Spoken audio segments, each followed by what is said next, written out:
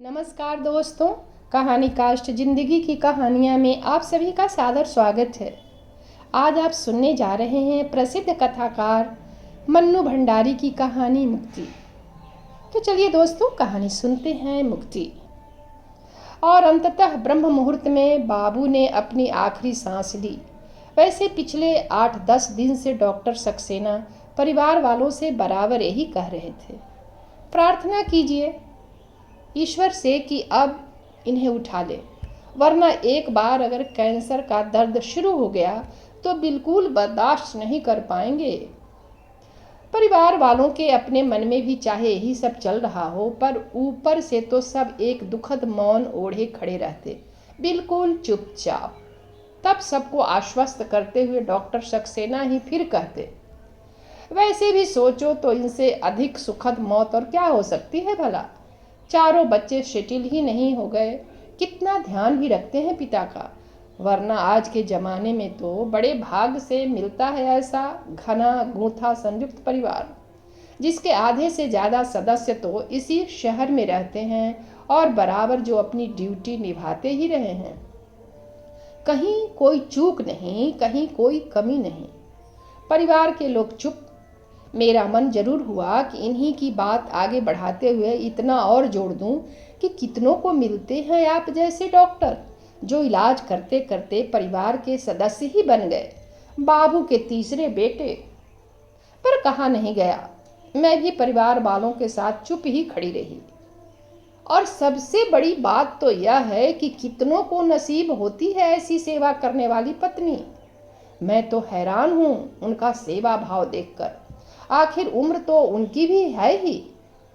उसके बावजूद पिछले 8 महीनों से उन्होंने न दिन को दिन गिना, न रात को रात, बस लगातार और बिना वाक्य पूरा किए ही मुड़कर वे जाने लगते। पता नहीं क्यों मुझे लगता जैसे मुड़ते ही वे अम्मा के इस सेवा भाव के प्रति कहीं नतमस्तक हुए हों। और मैं सोचती कि चलो, कम से कम एक आदमी तो है जिसके मन में अम्मा की इस रात दिन की सेवा के प्रति सम्मान है, वरना परिवार वालों ने इस ओर ध्यान देना ही छोड़ दिया है। बस जैसे वो करती हैं तो करती हैं। किसी ने इसे उनके फर्ज के खाते में डाल दिया, तो किसी ने उनके स्वभाव के खाते में, तो किसी ने उनकी दिनचर्या के खाते में। सबके ध्यान के केंद्र में रहे तो केवल बीमार बाबू। स्वाभाविक भी था, बीमारी भी तो क्या थी, एक तरह से मौत का पैगाम। हाँ, मुझे जरूर यह चिंता सताती रहती थी कि बिना समय पर खाए, बिना पूरी नींद सोए, बिना थोड़ा सा भी आराम किए जिस तरह अम्मा रात दिन लगी रहती हैं, तो कहीं वे न बीमार पड़ जाएं, वरना कौन देखभाल कर सकेगा बाबू की इस तरह। बाबू दिन दिन भर एक खास तेल से छाती पर मालिश करवाते थे, तो रात रात भर पैर दबाते थे। मैं सोचती कि बाबू को क्या एक बार भी ख्याल नहीं आता कि अम्मा भी तो थक जाती होंगी, रात में उन्हें भी तो नींद की जरूरत होती होगी, या दिन में समय पर खाने की। पर नहीं, बाबू को इस सब का शायद कभी ख्याल भी नहीं आता था। उनके लिए तो अपनी बीमारी और अपनी तीमारदारी ही सबसे महत्वपूर्ण थी, और इस हालत में अम्मा से सेवा करवाना वे अपना अधिकार समझते थे। तो इसी तरह सेवा करना अम्मा का फर्ज। कई बार अम्मा को थोड़ी सी राहत देने के इरादे से मैं ही कहती कि बाबू लाइए मैं कर देती हूँ मालिश। 4 बज रहे हैं, अम्मा खाने खाने चली जाएं, तो बाबू मेरा हाथ झटक कर कहते, रहने दे, नहीं करवानी मुझे मालिश। और इस उत्तर के साथ ही उनके ललाट पर पड़ी सलवटों को देखकर न फिर अम्मा के हाथ रुकते न पैर उठते। उसके बाद तो मैंने भी यह कहना छोड़ ही दिया। 3 महीने पहले बाबू को जब नर्सिंग होम में शिफ्ट किया तो जरूर मैंने थोड़ी राहत की सांस ली। सोचा अब तो उनकी देखभाल का थोड़ा बोझ नर्स भी उठाया करेंगी, अम्मा को थोड़ी राहत तो मिलेगी। पर नहीं, नर्स से तो बाबू केवल दवाई खाते या बीपी चेक करवाते, बाकी की सारी सेवा चाकरी तो अम्मा के ही जिम्मे रही। अम्मा रात दिन बाबू के साथ नर्सिंग होम में ही रहती, और मालिश और पैर दबाने का काम भी पहले की तरह ही चलता रहता। हाँ, डॉक्टर सक्सेना की विशेष सिफारिश पर रात में कभी कोई ज़रूरत पड़ जाए तो अम्मा के साथ रहने के लिए परिवार का कोई न कोई सदस्य आता रहता। कल रात 9 बजे के करीब हम लोग खाना खाकर उठे ही थे कि फ़ोन की घंटी बजी। मैंने फ़ोन उठाया तो उधर बड़े चाचा थे। छोटे भैया की पहले आवाज़ गई और फिर थोड़ी देर बाद वे बेहोश हो गए। डॉक्टर सक्सेना को बुलाया। उन्होंने आकर अच्छी तरह देखा और फिर कमरे से बाहर आकर इतना ही कहा, बस समझिए कि कुछ घंटे की ही बात और है, आप फ़ोन करके बच्चों को बुला लीजिए। फिर उन्होंने नर्स को कुछ आदेश दिए और चले गए। सो देख, तू फ़ोन करके शिवम को कह दे कि सवेरे की पहली फ्लाइट पकड़कर आ जाए। लखनऊ फ़ोन करके बड़ी को भी कह दे कि वह भी जल्दी से जल्दी पहुँचे। अमेरिका से नमन का आना तो मुश्किल है, पर सूचना तो उसे भी दे ही दे। और सुन, फ़ोन करके तू नर्सिंग होम आ जा, मैं बाहर निकलूँगा, सारी व्यवस्था भी तो करनी होगी। सुना तो मैं ज्यों का त्यों सिर थाम कर बैठ गई। बिना बताए ही रवि जैसे सब कुछ समझ गए। स्नेह से मेरे कंधे पर हाथ रखकर पूछा, नर्सिंग होम चलना है? मैंने धीरे से गर्दन हिलाकर अपनी स्वीकृति दी तो रवि ने पूछा, क्या कहा चाचा जी ने? क्या? बाबू बेहोश हो गए हैं और डॉक्टर साहब ने अच्छी तरह देखने के बाद कहा कि बस कुछ ही घंटों की बात और है, परिवार वालों को खबर कर दो। यानी कि बाबू अब? और मेरी आवाज़ रुंध गई। रवि ने मेरी पीठ सहलाई, तुम तो हिम्मत रखो, वरना अम्मा को कौन संभालेगा? अम्मा की बात सोचकर एक बार तो मैं और विचलित हो गई, क्या गुजरेगी उन पर फिर अपने को संभाल कर उठी और सबसे पहले बम्बई बड़े भैया को फ़ोन किया। सारी बात सुनकर वे बोले, थैंक गॉड, बिना तकलीफ शुरू हुए ही शांति से जाने की नौबत आ गई। ठीक है, मैं सवेरे की पहली फ्लाइट लेकर आता हूँ, पर देख, सुषमा तो नहीं आ पाएगी। दोनों बच्चों के बोर्ड के इम्तहान जो हैं, मैं अकेला ही पहुँचता हूँ, वैसे भी सब लोग करेंगे भी क्या। दीदी को फ़ोन किया तो उन्होंने भी इतना ही कहा कि जल्दी से जल्दी आने की कोशिश करती हूँ।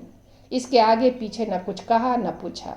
बाबू तो खैर जा ही रहे हैं, अम्मा के बारे में ही कुछ पूछ लेते, पर नहीं, लगा जैसे रस्म अदायगी के लिए आना है सो आ रहे हैं। हैरान सी मैं गाड़ी में बैठी तो रवि से कहे बिना न रहा गया। रवि भैया और दीदी की आवाज़ का ऐसा ठंडापन, जैसे सब इस सूचना की प्रतीक्षा ही कर रहे थे, किसी को कोई सदमा ही न लगा हो। ऐसा क्यों सोचती हो? याद नहीं कैसा सदमा लगा था उस दिन जब पहली बार डॉक्टर से कैंसर की रिपोर्ट मिली थी। उसके बाद कुछ महीनों तक तो कितनी लगन से बाबू की देखभाल और तीमारदारी चलती रही थी। शुरू के 4 महीनों में 2 बार तो बम्बई से बड़े भैया आए, एक बार अमेरिका से छोटे भैया भी। उन्होंने तो बीमारी का सारा खर्च उठाने का जिम्मा भी लिया, वरना आज बाबू क्या नर्सिंग होम का खर्चा उठा पाते। फिर यहाँ रहने वाले परिवार के दूसरे लोग भी तो रोज़ हाजिरी बजाते ही रहे थे। हाँ, समय के साथ साथ जरूर सब कुछ थोड़ा कम होता चला गया, जो बहुत स्वाभाविक भी था। मैंने सोचा, ठीक ही तो कह रहे हैं रवि, दूसरों की क्या कहूँ, मैं खुद अब कहाँ पहले की तरह 4-4, 5-5 घंटे आकर बाबू के पास बैठती रही हूँ। इधर तो 2-2 दिन छोड़कर भी आने लगी थी। शायद यही जीवन की नंगी सच्चाई है कि जैसे जैसे बीमारी लंबी खिंचती चलती है, फर्ज के तौर पर ऊपर से भले ही सब कुछ जैसे तैसे घिसटता रहे, पर मन की किसी अनाम परत पर उस अघट के घटने की प्रतीक्षा भी नहीं चलती रहती। शायद इसीलिए मौत की सूचना ने सदमा नहीं, राहत ही पहुंचाई सबको। फिर भी कम से कम मेरे मन में चलने वाली हर बात, हर सोच को अच्छी तरह समझने वाले रवि का एक हाथ मेरी पीठ सहलाने लगा। Relax Simani, relax. इस समय सब बातों से ध्यान हटाकर तुम केवल अम्मा की बात सोचो। अभी तो तुम्हें ही संभालना है उन्हें, बाकी सब लोग तो बाबू में लग जाएंगे, पर अम्मा पर जो गुजरेगी। जानती हूँ, लंबी बीमारी ने जहाँ अंतरंग से अंतरंग संबंधों के तार भी रेशे रेशे करके बिखेर दिए, वहाँ एक अम्मा ही तो जुड़ी रही उनसे। उतने ही लगाव, उतनी ही निष्ठा के साथ रात दिन सेवा करती रही उनकी। कितनी अकेली हो जाएंगी वे, कैसे झेलेंगी सदमे को। गाड़ी रुकी तो लगा अरे नर्सिंग होम आ ही गया। समझ ही नहीं पा रही थी कि कैसे सामना करूंगी अम्मा का। जैसे तैसे हिम्मत जुटाकर ऊपर चढ़ी तो हैरान। अम्मा वैसे ही बाबू के पैर दबा रही थीं। मुझे देखते ही बोली, अरे छोटी, तू कैसे आई इस वक्त। समझ गई कि चाचा अम्मा को बिना कुछ बताए ही बाहर निकल गए। मैंने भी अपने को भरसक सहज बनाकर ही जवाब दिया, चाचा का फ़ोन आया था, उन्हें किसी ज़रूरी काम से बाहर जाना था, सो उन्होंने मुझे तुम्हारे पास आकर बैठने को कहा तो मैं आ गई। अम्मा का सामना करना मुश्किल लग रहा था, सो यूं ही मुड़ गई। सामने टिफ़िन दिखाई दिया तो पूछ बैठी, 12 बजे तुम्हारे लिए जो खाना भिजवाया था खाया या हमेशा की तरह टिफ़िन में ही पड़ा है। कैसी बात करे है छोटी, कितने दिनों बाद तो आज ऐसी गहरी नींद आई है इन्हें। पैर दबाना छोड़ दूंगी तो जाग नहीं जाएंगे, और जो जाग गए तो तू तो जाने है इनका गुस्सा। देखा नहीं कैसे लाते फटकारने लगे हैं ये। सो दबाने दे मुझे। खाने का क्या है, पेट में पड़ा रहे या टिफिन में, एक ही बात है। कैसा तो डर बैठ गया है अम्मा के मन में बाबू के गुस्से का कि उन्हें सोता जान कर भी वे पैर दबाना नहीं छोड़ रही। पिछले कई महीनों से यही तो स्थिति हो गई है उनकी कि खाना टिफिन में पड़ा रहे या पेट में, उन्हें कोई फर्क नहीं पड़ता। और इस सब के लिए उन्होंने न कभी कोई किसी से शिकायत की न गुस्सा। गुस्सा करे भी तो किस पर, गुस्सा करना नहीं, बस जैसे गुस्सा झेलना ही नियति बन गई थी उनकी। आश्चर्य तो मुझे इस बात पर हो रहा था कि इतनी अनुभवी अम्मा को क्या ये बिल्कुल पता नहीं चल रहा था कि बाबू गहरी नींद में नहीं बल्कि बेहोशी की हालत में पड़े हुए हैं। क्या 8 महीने की लंबी बीमारी ने भूख नींद के साथ साथ उनकी सारी इंद्रियों को भी सुन्न कर दिया है। एक तरफ तो कुछ घंटों के बाद बाबू के साथ जो होने जा रहा है उसकी तकलीफ, अम्मा पर होने वाली उसकी प्रतिक्रिया की कल्पना, और दूसरी तरफ सहज बने रहने का नाटक। अजीब स्थिति से गुजर रही थी मैं। सवेरे ठीक 5 बजे बाबू ने आखिरी सांस ली। आने के कुछ देर बाद ही नर्स ने मुझे बुलाकर कहा था कि वे यदि बार बार अंदर आएंगी तो अम्मा को शक होगा और वे अभी से रोना धोना शुरू कर देंगी।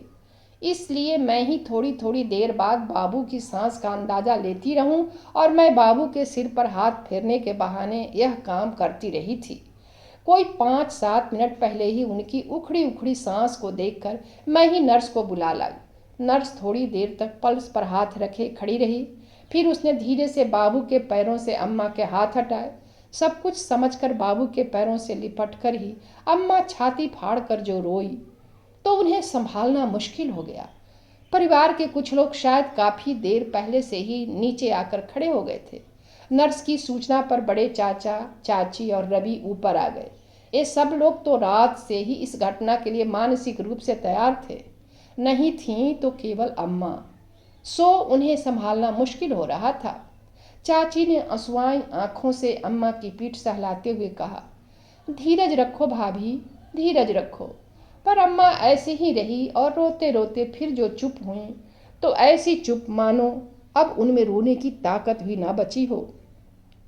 हथेलियों में चेहरा ढांपे वे बाबू के पैताने जस की तस बैठी रहीं। थोड़ी देर बाद नर्स के इशारे पर चाची, रवि और मैंने उन्हें उठाया तो उठना तो दूर उनसे हिला तक नहीं गया। मैं हैरान, अभी कुछ देर पहले ही जो अम्मा पूरे दम खम के साथ बाबू के पैर दबा रही थीं उनसे अब हिला तक नहीं जा रहा था। गए तो बाबू थे पर लगा जैसे जान अम्मा की निकल गई हो। घर लाकर उन्हें बाबू के कमरे में ही बिठा दिया। वे जमीन पर दीवार के सहारे पीठ टिकाकर बैठ गईं, बिल्कुल बेजान सी। बाकी सब लोग बाहर चले गए, बस मैं उनके साथ बैठी रही, यह तय करके कि अब मैं यहाँ से हिलूंगी तक नहीं। बाहर इस अवसर पर होने वाली गतिविधियाँ अपने ढंग से चलती रहीं। बड़े भैया 10 बजे की फ्लाइट से आए और एयरपोर्ट से ही सीधे नर्सिंग होम चले गए। दोनों चाचियाँ घर की व्यवस्था करने में लगी रहीं। 11:30 बजे के करीब दोनों चाचा, भैया और रवि बाबू के शव के साथ घर आए। जहाँ परिवार के लोग पहले से ही इकट्ठा हो गए थे। शव देखकर एक बार जरूर सब फूट पड़े। फिर शुरू हुए यहाँ होने वाले रस्म रिवाज। पंडित जी जाने कौन कौन से श्लोक बोलते पढ़ते रहे और साथ ही साथ कुछ करते भी रहे। फिर बाबू के पैर छूने का सिलसिला शुरू हुआ तो सबसे पहले अम्मा, दोनों चाची और मैं किसी तरह पकड़कर अम्मा को बाहर लाए। हाथ जोड़कर अम्मा ने बाबू के पैरों में जो सिर टिकाया तो फिर उनसे उठा ही न गया। हम ही लोगों ने किसी तरह उन्हें उठाकर वापस कमरे में ला बिठाया और मैं पैर छूने की रस्म के लिए बाहर निकल गई। लौटी तो देखा अम्मा उसी तरह दीवार में पीठ टिकाए बैठी हैं और उनकी आंखों से आंसू टपक रहे हैं। अम्मा की बगल में बैठकर उनकी पीठ सहलाते हुए मैं सोचने लगी, कैसी विडंबना है। आज अम्मा जिना बाबू के लिए रो रही हैं, कैसी जिंदगी जी है अम्मा ने उनके साथ। बाबू की हर ज़रूरत, उनकी छोटी सी छोटी इच्छा को भी पूरा करने के लिए सदैव तत्पर। जरा सी चूक होने पर उनके क्रोध के भय से थर थर कांपती अम्मा के जाने कितने दृश्य मेरी आंखों के आगे से गुजर गए और मैं रो पड़ी। पर इस समय यह रोना बाबू के लिए नहीं, अम्मा के लिए था। मेरा मन हो रहा था कि अम्मा किसी तरह थोड़ी देर सो ले, पर अम्मा तो लेटने तक को तैयार नहीं थीं। शाम 5 बजे के करीब सब लोग लौटे, नहाना धोना हुआ और तब बड़े भैया अम्मा के पास आकर बैठे। सबसे पहले उन्होंने हाथ जोड़कर ऐसी शांत मृत्यु के लिए ईश्वर को धन्यवाद दिया। फिर अम्मा की पीठ सहलाते हुए आश्वासन में लिपटे सांत्वना के कुछ शब्द बिखेरे। फिर हिम्मत और धीरज रखने के आदेश देते रहे। वे और भी जाने क्या कुछ बोलते रहे, पर अम्मा बिल्कुल चुप। उनसे तो जैसे अब न रोया जा रहा है न कुछ बोला जा रहा है। देर शाम की गाड़ी से दीदी आई और जोर जोर से रोते हुए ही अम्मा के कमरे में घुसी। हाय अम्मा, मैं तो बाबू के दर्शन भी नहीं कर सकी। अरे मुझे पहले किसी ने खबर की होती तो जल्दी आती। अरे बाबू। हाय अम्मा, मैंने ही उन्हें चुप कराकर जैसे तैसे कमरे से बाहर भेजा। मैं नहीं चाहती थी कि अब कोई भी अम्मा के पास आए, वे किसी भी तरह थोड़ा सो ले, पर यह संभव ही नहीं हो पा रहा था। रात में सारे दिन के भूखे लोगों ने डटकर खिचड़ी खाई। मैं जल्दी से अम्मा की प्लेट लगाकर लाई और बराबर मनुहार करती रही कि अम्मा कुछ तो खा लो, कल सारे दिन भी तुमने कुछ नहीं खाया था। पर अम्मा न कुछ बोली न कुछ खाया। मेरे बराबर आग्रह करने पर उन्होंने बस किसी तरह हिम्मत करके मेरे आगे हाथ जोड़ दिए। उनके इस नकार के आगे तो फिर मुझसे न कुछ कहते बना न खाते। दूसरे दिन सवेरे 10 बजे के करीब मातम पुरसी का सिलसिला शुरू हुआ। पुरुष लोग बाहर बैठे रहे थे तो स्त्रियां भीतर के कमरे में, सारी औरतें एक तरफ और दूसरी ओर घूंघट काढ़े घुटनों में सिर टिकाए अकेली अम्मा। औरतों में शुरू में थोड़ा रोना गाना चलता और फिर इधर उधर की बातें। कोई बाबू की लंबी बीमारी की बात करता तो कोई उनकी हिम्मत की तो कोई उनके धीरज की। नौकर के इशारे पर मैं आने वालों के लिए पानी व्यवस्था करने रसोई में चली गई। पानी की ट्रे लेकर बाहर गई तो हर आने वाला परिवार वालों को सांत्वना देते हुए जैसे ही कहता, अरे भाई, यह उनकी मृत्यु नहीं समझो, उनकी मुक्ति हुई। बड़े भाग्यवान थे जो ऐसी जानलेवा बीमारी के बाद भी ऐसी शांति से चले गए। यह तो उनके पुण्य का प्रताप ही था कि ऐसे शुभ मुहूर्त में प्राण त्यागे। कितनों को मिलती है ऐसी मौत। तुम्हें संतोष करना चाहिए कि ना कोई तकलीफ पाई न दर्द झेला, बस इस जी के जंजाल से मुक्त हो गए। हे परमात्मा, उनकी आत्मा को शांति देना। खाली ग्लासों की ट्रे लेकर मैं फिर रसोई में आई तो बाहर से हड़बड़ाती हुई सी दीदी आई। छोटी अम्मा क्या वहाँ बैठी बैठी सो रही हैं? ये तो गनीमत थी कि मैं उनके थोड़ा पास ही बैठी थी, सो मैंने उनके हल्के हल्के खर्राटों की आवाज़ सुन ली। पता नहीं किसी और ने भी सुना होगा तो क्या सोचा होगा। उस समय तो मैंने जरा पास सरक कर उन्हें जगा दिया, पर उनसे तो जैसे नींद की मारे बैठा भी नहीं जा रहा है। तू चलकर बैठ उनके पास और संभाल, वरना फिर कहीं। अम्मा सो रही हैं। मैंने तुरंत ट्रे रखी और कमरे में आई। वहीं बैठी छोटी भाभी को इशारे से बुलाया और उनकी मदद से पास वाले कमरे में लाकर उन्हें पलंग पर सुला दिया और धीरे धीरे उनका सिर थपकने लगी। देखते ही देखते वे सचमुच ही सो गई, शायद एक गहरी नींद में। थोड़ी ही देर में फिर दीदी आई और यह दृश्य देखकर हैरान भन्नाकर बोली, ये क्या, तूने तो इन्हें यहाँ लाकर सुला दिया और ये सो भी गई। हद है भाई, बाहर तो औरतें इनके मातम में शिरकत करने आई हैं और ये यहाँ मज़े से सो रही हैं। कल बाबू गुजरे और आज ये ऐसी। दीदी, मैंने उन्हें वाक्य भी पूरा नहीं करने दिया। आप नहीं जानती, पर मैं जानती हूँ। देखा है मैंने कि इन 8 महीनों में कितने बिन खाए दिन और अनसोई रातें गुजारी हैं अम्मा ने। आप तो खैर लखनऊ में बैठी थीं, पर जो यहाँ रहते थे, जिन्होंने देखा है यह सब, उन्होंने भी काफ़ी ध्यान दिया अम्मा पर। और तो और रात दिन जिन बाबू की सेवा में लगी रहती थीं, उन्होंने भी कभी सोचा कि वे आखिर कभी थकती भी होंगी। नहीं, बस जरा सी चूक होने पर कितना गुस्साते थे अम्मा पर कि वे थरथरा जाती थी। दीदी, समझ लीजिए आपकी इन 8 महीनों में पूरी तरह निचुड़ गई हैं अम्मा। आज न उनमें बैठने की हिम्मत है न रोने की। परिवार की सारी औरतें तो बैठी ही हैं बाहर, आप भी जाकर वहीं बैठिए। कह दीजिए उनसे कि अम्मा की तबीयत खराब हो गई है, वे बैठने की हालत में नहीं हैं। मेरे तेवर देखने के बाद दीदी से फिर कुछ कहते तो नहीं बना, बस इतना ही कहा, हम तो बैठ ही जाएंगे पर। और वे निकल गईं। मैंने उठकर दरवाज़ा बंद कर दिया और दूसरी ओर की खिड़की खोल दी, जो बाहर की ओर खुलती थी।